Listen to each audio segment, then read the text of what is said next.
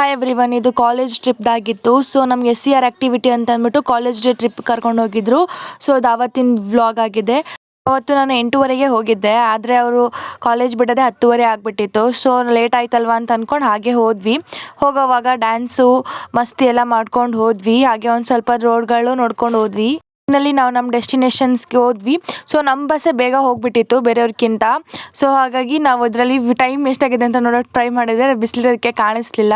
So ನಾವೇ ಹೋಗಿದ್ವಲ್ಲ, first ಕಾಯ್ತಾ ಇದ್ವಿ. ಹೋಗಿದ್ದೆಲ್ಲಪ್ಪ ಅಂದರೆ ಚನ್ನಪಟ್ಟಣದ ಗೊಂಬೆ ಮಾಡೋದು ನೋಡೋಕ್ಕೆ.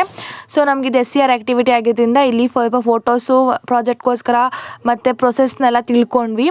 ಇದು ಫ್ಯಾಕ್ಟ್ರಿ ಒಳಗೆ ಹೇಗಿತ್ತು ಅಂತ ನೀವೇ ನೋಡಿ. ಅಲ್ಲಿ ನಾವು ಡಿಫ್ರೆಂಟ್ ಕೈಂಡ್ಸ್ ಆಫ್ ಮರಗಳೆಲ್ಲ ಹೇಗೆ ಮಾಡ್ತಿದ್ರು ಅಂತ ಅವ್ರ ಮಾತ್ರ ಸಖತ್ ಫಾಸ್ಟಾಗಿ ಮಾಡ್ತಾಯಿದ್ರು. ಅದನ್ನೇ ನಾನು ವಿಡಿಯೋ ಮಾಡೋಣ ಅಂತ ಅಂದ್ಕೊಂಡೆ. ನೋಡಿ ಅಷ್ಟು ಬೇಗ ಮಾಡೇ ಮುಗಿಸ್ಬಿಟ್ರು. ಸೊ ಹಾಗೆ ಅವರು ತುಂಬ ಫಾಸ್ಟಾಗಿ ಮಾಡಿದ್ರು.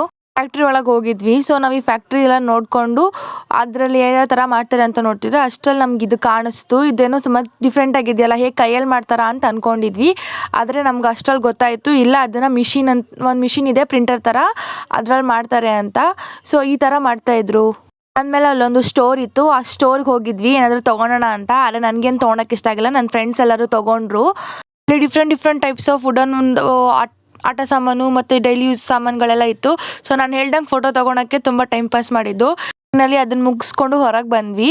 ಆದರೆ ನಮಗೆ ತುಂಬ ಹೊಟ್ಟೆ ಹಸಿತು. ಊಟ ಯಾವಾಗ ಕೊಡ್ತಾರೋ ಅನ್ನೋ ಕಾಯ್ತಾ ಇದ್ವಿ. ಸೊ ಆಮೇಲೆ ನೋಡ್ತಾ ಇದ್ದೀವಿ, ಹೋಗ್ತಾನೆ ಇದ್ವಿ ತುಂಬ ದೂರ ಹಾಗೆ ಹೋಗ್ತಾನೆ ಇದ್ವಿ. ಎಲ್ಲಿಗೆ ಹೋಗ್ತಿದ್ದೀವಿ ಅಂತ ನಮ್ಗೆ ಐಡಿಯಾನೇ ಇರಲಿಲ್ಲ, ಬಿಕಾಸ್ ಅಷ್ಟೊಂದು ಪರ್ಫೆಕ್ಟಾಗಿ ನಮ್ಗೆ ಗೊತ್ತಿರಲಿಲ್ಲ. ಸೊ ಹಾಗೆ ಹೋಗೋವಾಗ ಯಾವ್ಯಾವೆಲ್ಲ ಸೀನರೀಸ್ ಬರ್ತಾವೆ ಅವನ್ನೆಲ್ಲ ನೀಟಾಗಿ ನೋಡ್ಕೊಂಡು ಹೋಗ್ತಾ ಇದ್ವಿ. ಸೊ ನಮಗೆ ಒಂದು ಎನ್ವಿರಾನ್ಮೆಂಟಲ್ ಸ್ಟಡೀಸ್ ಅಂತ ಅಂದ್ಬಿಟ್ಟು ಅದರಲ್ಲೊಂದು ಟಾಪಿಕ್ ಇತ್ತು, ಅದನ್ನೇ ಮಾಡ್ಸೋಕೆ ಕರ್ಕೊಂಡು ಹೋಗ್ತಿರ್ಬೇಕು ಅಂತ ನಾವು ಅಂದ್ಕೊಂಡ್ವಿ. ಆದರೆ ಆಮೇಲೆ ಗೊತ್ತಾಯಿತು ಅಲ್ಲಿ ಒಂದು ಹಿಲ್ ಮೇಲೆ ಒಂದು ದೇವಸ್ಥಾನ ಇದೆ. ಆ ದೇವಸ್ಥಾನಕ್ಕೆ ಕರ್ಕೊಂಡೋಗಿ ಅಲ್ಲೇ ಊಟ ಕೊಡ್ತಾರೆ ಅಂತ.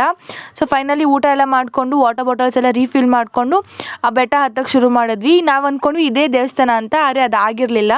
ಸೊ ಇದಾಗಿತ್ತು ಅಲ್ಲಿ ವ್ಯೂವು. ತುಂಬ ಚೆನ್ನಾಗಿದೆಯಲ್ವಾ. ಫೈನಲ್ ದೇವ್ರ ದರ್ಶನ ಮಾಡಿಕೊಂಡು ವಾಪಸ್ಸು ನಾವು ಮನೆ ಕಡೆ ಬರ್ತಾ ಇದ್ವಿ. ಆವಾಗ ಡ್ಯಾನ್ಸು ಮತ್ತು ಅದೆಲ್ಲ ಮಾಡ್ಕೊಂಡು ಫುಲ್ ಜೋಶಾಗೆ ಇತ್ತು. ಸೊ ವೈಬ್ಸು ಚೆನ್ನಾಗಿತ್ತು. ಹಾಗೆ ನಮ್ಮ ಸರ್ಸ್ಗಳನ್ನೆಲ್ಲ ಕರೆದಿದ್ವಿ.